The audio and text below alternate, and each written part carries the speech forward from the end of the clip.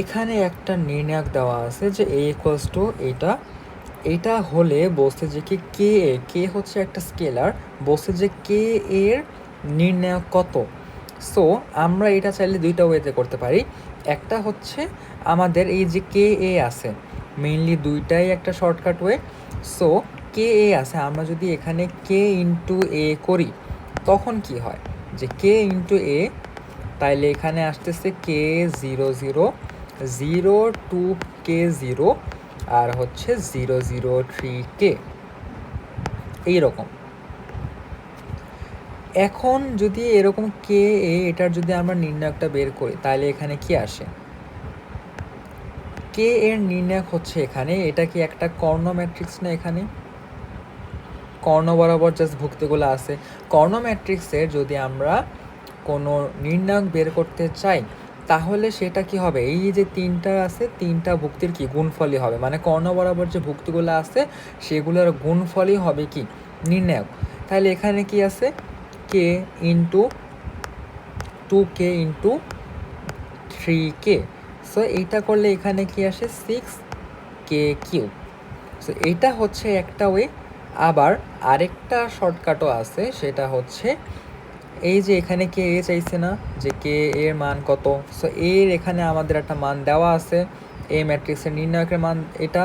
তাহলে কে এ হলো, যদি কোনো এন বাই এন ম্যাট্রিক্স হয় তাহলে কে এ হবে কে টু দি পাওয়ার এন আর হচ্ছে এর নির্ণায়ক। So K to the power N মানে কি, এখানে এন বাই এন ম্যাট্রিক্স, এটা কি একটা 3 বাই 3 ম্যাট্রিক্স না, দ্যাটস ওয়াই এখানে কে এর মানটা হচ্ছে কে টু দি পাওয়ার 3 মানে কে কিউব ইন্টু এর নির্ণায়ক কত, এই যে এর নির্ণায়ক কি এখানে এটা যে 1 2 3, যেহেতু এটা কর্ণ ম্যাট্রিক্সের নির্ণায়কের শর্টকাটটা কি ছিল, কর্ণ বরাবর যে ভুক্তিগুলো আছে সেগুলোর গুণফল, সো এখানে গুণ করলে কত আসে 6। সো আলটিমেটলি এটার অ্যান্সারও কি আসছে 6 কে কিউব। এরপরে আমরা এখানে একটা ইন্টিগ্রেশন দেখি। আচ্ছা, সো এই ইন্টিগ্রেশনে আমরা যদি একটু এটাকে এডিট করি, এই যে এফ অফ এক্স ডিএক্সটা আছে না, আমি যদি লিমিটটা চেঞ্জ করতে চাই তাহলে এভাবে লিখতে পারি যে -1 থেকে 0 আর হচ্ছে এফ অফ এক্স। যেহেতু আমরা লিমিটটাকে চেঞ্জ করতেছি তাই এখানে কি হবে, একটা মাইনাস আসবে, মাইনাসটা ওই পাশে চলে গেলে কি হবে -2। সো এখানে আমি এটা মুছে দিলাম। সো আমি যে লিমিট, এখানে লোয়ার লিমিট হচ্ছে 1, আপার লিমিট হচ্ছে 0, এফ অফ এক্স ডিএক্স এটা ইকুয়ালস টু কত -2।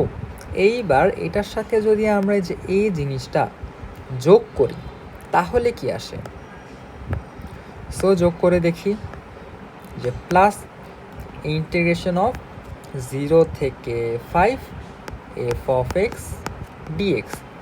সো দুইটা যোগ করলে এখানে আসে -2 প্লাস 1। এইবার আমরা কি নির্ণায়ক আমরা এখানে ইন্টিগ্রেশনের একটা থিওরি থেকে বলতে পারি না যে এখানে 0 আছে আবার এখানেও 0 আছে, তার মানে আর এটা হচ্ছে এফ অফ এক্স, দুইটাই এফ অফ এক্সের ফাংশন। তাইলে এখান থেকে আমরা বলতে পারি যে 1 থেকে 5 আর এখানে এফ অফ এক্স ডিএক্স এইটা ইকুয়ালস টু হবে কি -1। সো এখানে কি হবে, এটাই অ্যান্সার।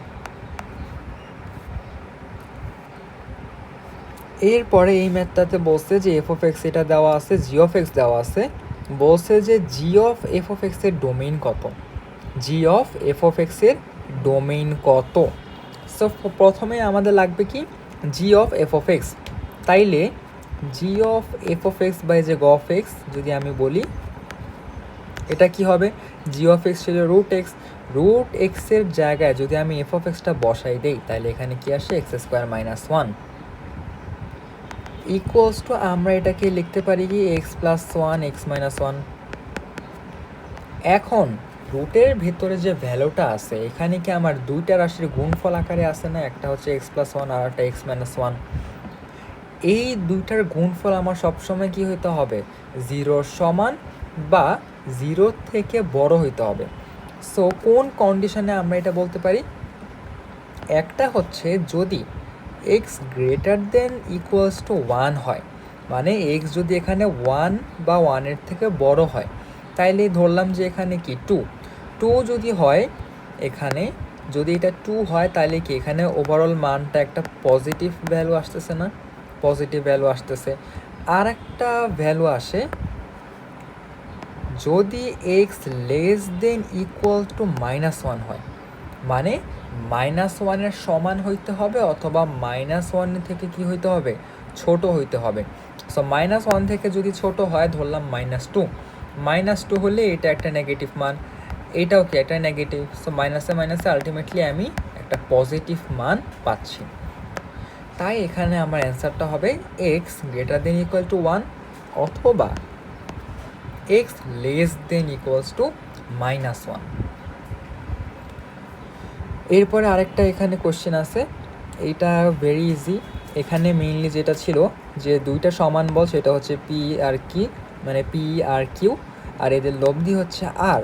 আরও কি পি আর কিউ এর সমান, তাইলে পি আর কিউ এর মধ্যবর্তী কোণ কত?